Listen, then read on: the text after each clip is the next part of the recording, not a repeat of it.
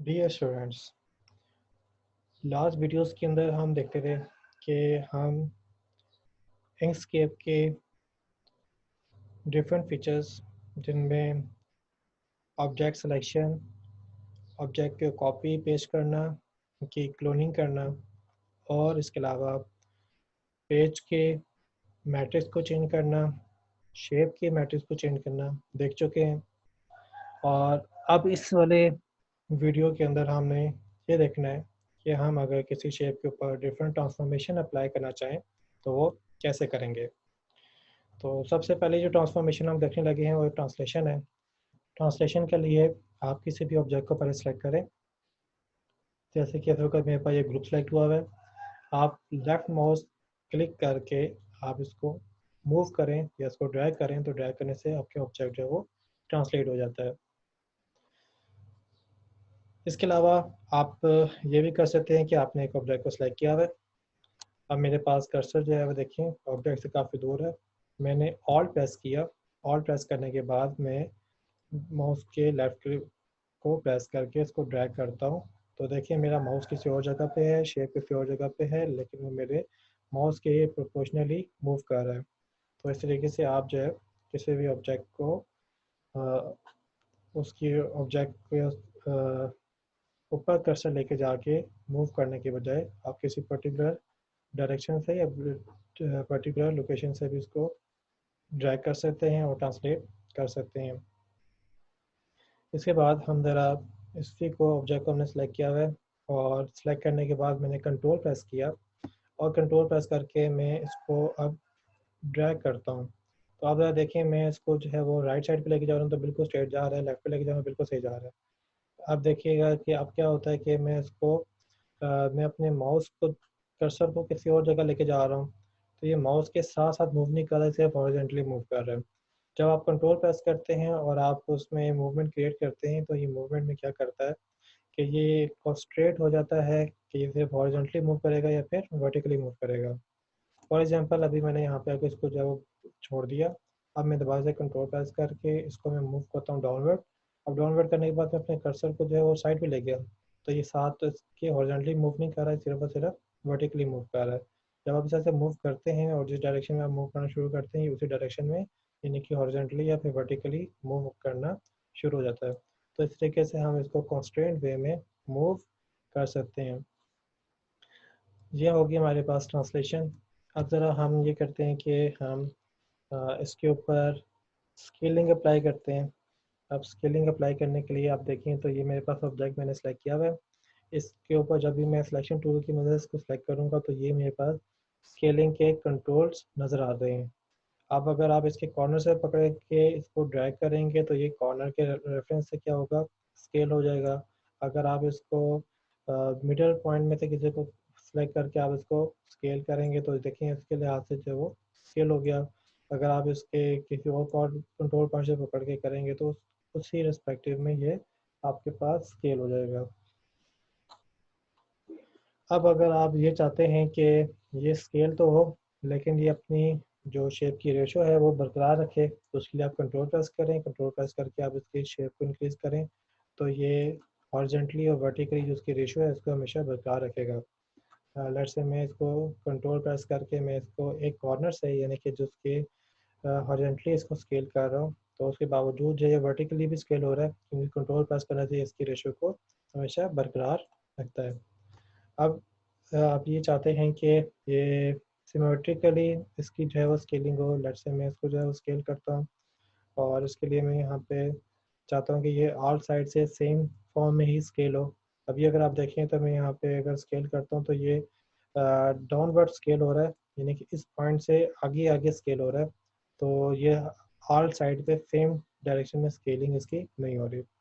अब मैं shift press करता हूँ। शिफ्ट प्रेस करके जब मैं स्केल कर रहा हूँ देखिए अब ये ऊपर से भी जो है वो स्केल हो रहा है और डाउनवर्ड भी स्केलिंग हो रही है। तो इस तरीके से आप ये कह सकते हैं कि अपने सेंटर पॉइंट के एजेस की स्केलिंग परफॉर्म हो रही है।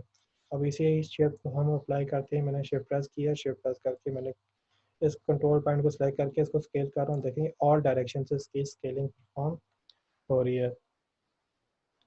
अब ज़रा मैं यहाँ पे करता हूँ कि इस वाली शेप को मैंने सेलेक्ट किया और उसके बाद मैंने ऑल्ट प्रेस किया। ऑल्ट प्रेस करके मैं इसको स्केल करता हूँ, तो अब ये ज़रा फैक्टर 2 या फैक्टर 4 के साथ इसकी स्केलिंग होगी, यानी कि ये अब जो स्केलिंग है इसकी ये मल्टीपल टाइम हो रही होगी, यानी कि किसी फैक्टर के साथ इसकी मल्टीप्लिकेशन होगी।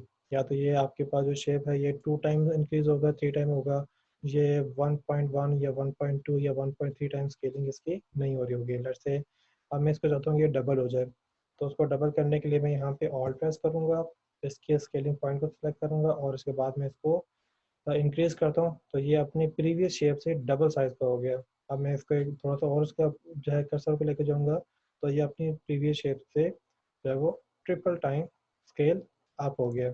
अब इस तरीके से आप जो इसको स्केल डाउन भी कर सकते हैं, तो ये उसी फैक्टर के लिहाज से स्केल डाउन होता जाएगा। तो आप ऑल्ट प्रेस करके उसको फैक्टर वाइज की स्केल अप और स्केल डाउन कर सकते हैं।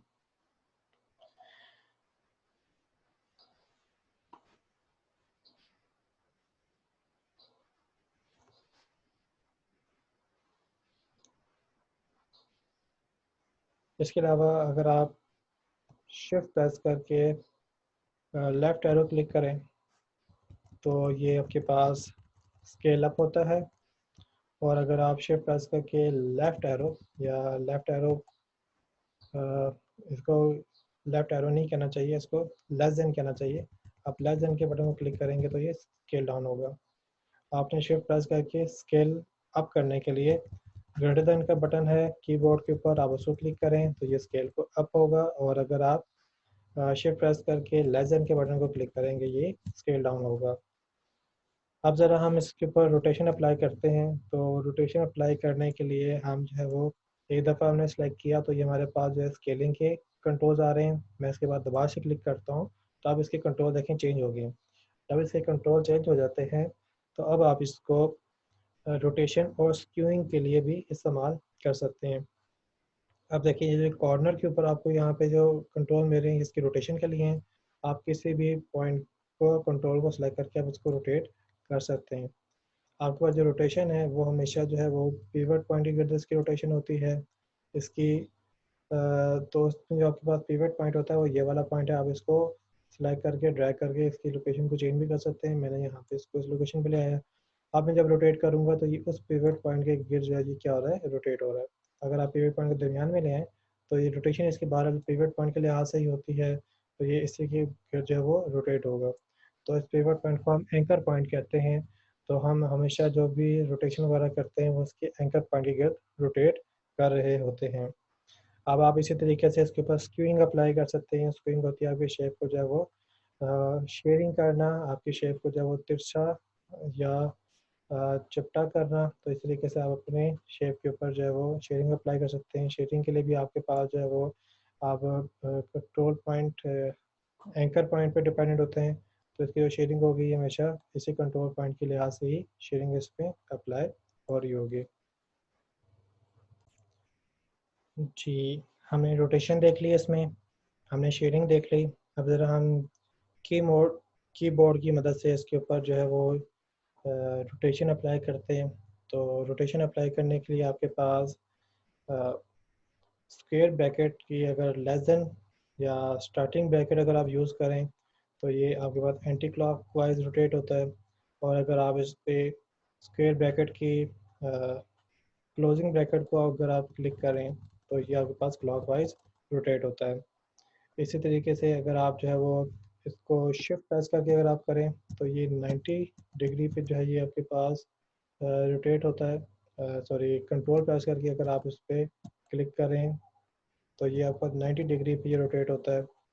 और इसके बाद अगर आप ये चाहते हैं कि ये फ्लिप हो जाए, फ्लिप होने का मतलब ये है कि मैं एक शेप और आपके सामने बनाता हूँ।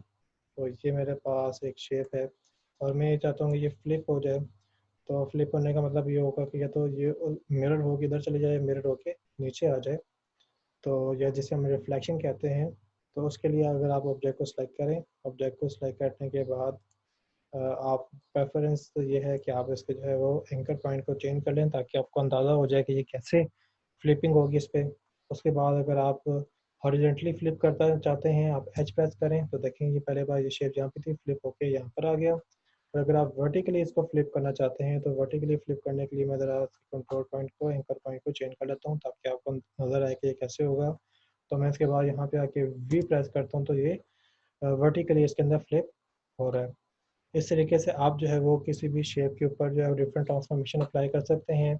अभी हमने देखा कि हम जो है वो ट्रांसफॉर्मेशन अप्लाई करने के लिए हमने इसके जो कंट्रोल पॉइंट्स हैं उनको कैसे चेंज किया, हमने उसमें ट्रांसलेशन कैसे की, हमने रोटेशन कैसे की, फिर इसके अलावा रोटेशन करने के लिए हमने शॉर्ट कीज़ देखी, हमने स्केलिंग करने के लिए शॉर्ट कीज़ देखी। तो इस तरीके से हम किसी भी शेप के ऊपर ट्रांसफॉर्मेशन अप्लाई कर सकते हैं।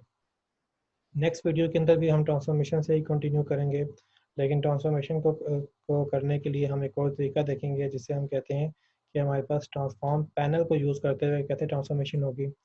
तो उसके लिए हम नेक्स्ट वीडियो में transformation with the help of transform panel देखेंगे। तो मिलते हैं हम नेक्स्ट वीडियो में।